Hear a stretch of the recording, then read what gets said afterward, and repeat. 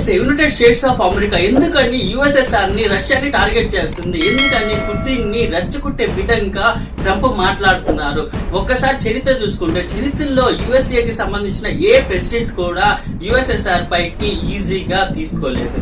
But Trump చేసే వ్యవహారం చూస్తుంటే రీసెంట్ గా జరిగిన వెనిజులియన్ ప్రెసిడెంట్ ని అరెస్ట్ చేసి కిడ్నాప్ చేశారు కదా, ఆ తర్వాత అట్లాంటిక్ సముద్రంలో ఉన్న ఏకైక ఆయిల్ ట్యాంకర్ ని వెనిజులాకి సంబంధించిన దాన్ని ధ్వంసం చేశారు. ఆ తర్వాత దాని వెనకాలే ఉన్న రష్యన్ ఆయిల్ ట్యాంక్ ని కూడా దానిపైకి యుద్ధం అంటే చేశారనమాట.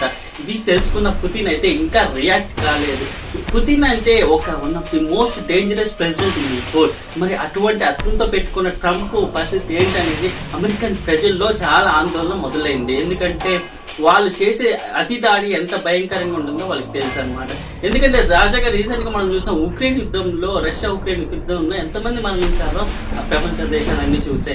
బట్ ఇప్పుడు పుతిన్ ఒకవేళ రియాక్ట్ అయితే యుఎస్ఏ మీద రియాక్ట్ అవుతారా, లేదంటే నాటో మీద రియాక్ట్ అవుతారు? ఖచ్చితంగా నాటో మీద రియాక్ట్ అవుతారు. ఎందుకంటే ఒక్కసారి నాటో కానీ దెబ్బ తగ్గితే యుఎస్ఏ ఉన్న ఎకానమీ అంతా డౌన్ అయిపోతుంది, దాని డెవలప్మెంట్ అంతా అగ్గిపోతుంది. సో ఖచ్చితంగా అందరూ వెయిట్ చేసేది ఏంటంటే పుతిన్ రియాక్షన్ కోసం.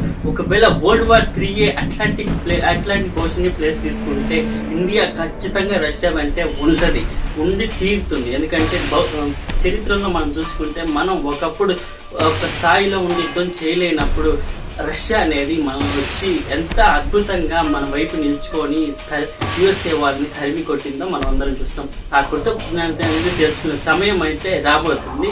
అందరూ జాగ్రత్తగా ఉన్నారు.